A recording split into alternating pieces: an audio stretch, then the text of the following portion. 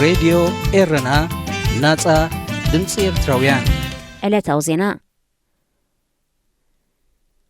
ካብ ሓምለ 2023 ናትሒዙ ኣገልግሎታት ደዋቢሉ ዝርከብ መንገዲ ኣየር ኤርትራ ዳግም ንምብርባር መሻርክቲ የናድኸም ዘሎ ምስቲ ኩባንያ ቅርበት ዘለዎም ወገናት ንራድዮ ኤረና ሓቢሮም ነዚ ዝሓለፈ 25 ዓመታት ብተደጋጋሚ ክጅምርን ደው ከብልን ዝጸንሐ መንገዲ ኣየር ኤርትራ ካብ መወዳእታ 2018 ናትሒዙ ዝበዝሐ ብርክታቱ ንመንገዲ ኣየር ኢትዮጵያ ንምሻጥ መደብ ከም ዝነበሮ ይሕበር ነይሩ እንተኾነ ኣብ ስምምዕ ክበጽሑ ስለዘይከኣሉ መንገዲ ኣየር ኢትዮጵያ ኣብ መንገዲ ኣየር ወፍሪ ንምክያድ ዝነበሮ መደብ ከም ዝሰረዘ እቶም ነዚ ሓበሬታ ዝለኣኹ ወገናት ኣረዲኦም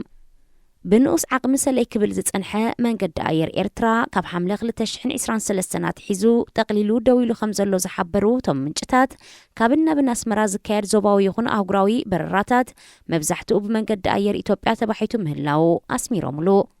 ከም ናይ ግብፂ ብስዑድያዊ ኩባንያ ዝውነን ፍላይናስን ካልኦት ኣብቲ ዞባ ዝንቀሳቐሳ መንገዲ ኣየርን ናብ ኤርትራ ስሩዕ ናይ መጓዓዝያ በረራታት የካይዳየን መንገዲ ኣየር ኤርትራ ዳግም ንምብርባሩ ኣብ ማእከላይ ምብራቕን ኤስያን ካብ ዝርከባ ኩባንያታት መሻርክቲ የናድምህላው እቲ ዝበፅሓና ሓበሬታ ይረድእ ካብ 2002 ናትሒዙ ናይ መጓዓዝያ በረራታት ንምክያድ ዝጀመረ መንገዲ ኣየር ኤርትራ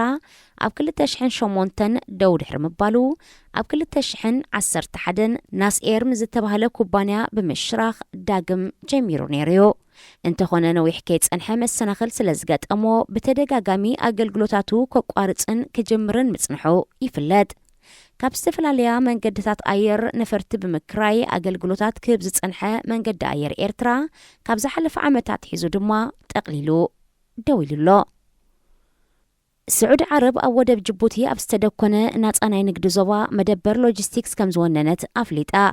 እቲ ብመልክዕ ክራይ 92 ዓመታት ከም ዝጸንሕ ዝተጠቕሰ ማእከል ሎጂስቲክስ ኣብ 120,000 ኪሎ ሜትር ዝተደኮነ ምዃኑ ጋዜጣ ስዑዲ ሓቢራ እቲ ናብ ሃገራት ኣፍሪቃን ካልእ ክፋልቲ ዞባ ዝቐንዐ ንግዳዊ ዕላማ ዘለዎ ውዕል መደበር ሎጂስቲክስ ብወገን ስዑድ ዓረብ ፕሬዚደንት ቤት ምኽሪ ፌደሬሽን ሓሰን ኣልሕዋይሲ ብወገን ጅቡቲ ድማ ኣቦ ወንበር በዓል መዚ ወደብ ጅቡትን ናጻ ዞባን ኣቡበከር ዑመር ሓዲኖም ከቲሞሞ እቲ ውዕል ብ4 ሰነ ኣብ ጅቡቲ ኣብ ዝተኸተመሉ ሚኒስተራት ላዕለዎት ሰበስልጣን ኣውፈርትን ነጋዶን ክልቲአን ሃገራት ዝርከቦም ኣስታ 300 ዕዱማት ተረኺቦም ብፕሬዚደንት ቤት ምኽሪ ፌደሬሽን ስዑድ ዓረብ ዝተመርሐ ልኡኽ ስዑድ ዓረብ ልዕሊ 100 ኣውፈርቲ ነጋዶን ወከልቲ ማሕበራትን ትካላትን ሓቒፉ ናብ ጅቡቲ ምሪሑ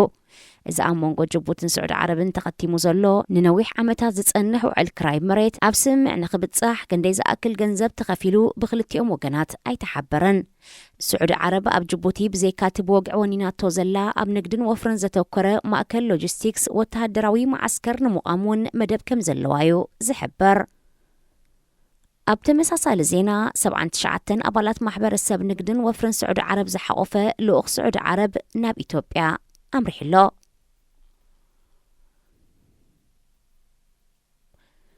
ምክትል ኣቦ ወንበር ሉኣላዊ ቤት ምኽሪ ሱዳን ማሊክ ኣጋር ዝመርሖ ልኡኽ መንግስቲ ሱዳን ናብ ሩስያ ምብጻሕ ኣካይዱ እቲ ሚኒስትራት ፋይናንስ ማዕድንን ካልኦት ሰበስልጣንን ዝሓቆፈ ልኡኽ ሱዳን ጎኒ ጎንቲ ኣብ ከተማ ፒተርስበርግ ዝጋባእ ዋዕላ ቁጠባ ምስ ሩስያ ኣብ ክልታዊ ጉዳያት ዘተኮረ ዛዕባታት ክመያየጥ ምዃኑ ተሓቢሩ ሱዳንን ሩስያን ዝመያየጣሉ ነጥብታት እኳ እንተዘይተሓበረ ምስ ፈጣን ሓይልታት ኣብ ኩናት ዝርከብ መንግስቲ ሱዳን ሰራዊቱ ንምሕያል ካብ ሩስያ ኣጽዋርን ተተኮስትን ብሓገዝ ንምርካብ ኣብ ዘኽእል ዛዕባ ዘተኮረ ምዃኑ ዝተፈላለዩ ወገናት ትንታነታቶም ይህብሉ ሩስያ ብወገና ኣምሳያ ናይትን መንግስቲ ሱዳን እትገብረሉ ወተሃደራዊ ድጋፍ ኣብ ከባቢ ፖርት ሱዳን ወተሃደራዊ ማዓስከር ንምቋም ከተቕርቦ ዝጸንሐት ሕቶ ዳግም ከተቕርቦ ከም እትኽእል እቶም ተንተንቲ ብተወሳኺ ኣሚቶም ሩስያ ኣብ ሱዳን ወተሃደራዊ ማዓስከር ንምቋም ምስ ስርዓት በሽር ኣብ ስምምዕ በፂሓ ምንባራ ይዝከር እንተኾነ ስርዓት በሽር ድሕሪ ምላዩ እቲ ስምምዕ ክስጉም ከም ዘይከኣልን ሱዳን ናብ ኩናት ክልተ ወተሃደራውያን ሓይልታት ድሕሪ ምእታዋ ድማ ከም ዝዛሕተለን ይፍለጥ እዚ ከምዚሉ እንከሎ ምክትል ጠቕላላ ሓለቓ ስታፍ ሰራዊት ሱዳን ጀነራል ሻምሳዲን ካባሺ ዝመርሖ ላዕለዋይ ወተሃደራዊ ልኡኽ ናብ ኒጀርን ማልን ምብጻሕ ይካይድ ኣሎ ሚኒስትር ምክልኻል ሱዳን ጀነራል ኢብራሂም ያሲን እውን ምስ ጀነራል ካባሺን ኣብዘን ሃገራት ኣምሪሑ ይርከብ ላዕለዋይ ወተሃደራዊ ልኡኽ ሱዳን ናብተን ወተሃደራዊ ዕልዋታት ብምክያድ ምስ ሩስያ ዝወገነ ሃገራት ምብጻሕ ዘካይድ ዘሎ ኣብ ህልው ኩነታት ሱዳን ብዝምልከት ንምምያጥን ዲፕሎማስን ፖለቲካውን ደገፍተን ሃገራት ንምሕታትን ምዃኑ እዩ ተመልኪቱ። ዝኸበርኩም ሰማዕትና ዜና ኣብ ዝተፈጺሙሎ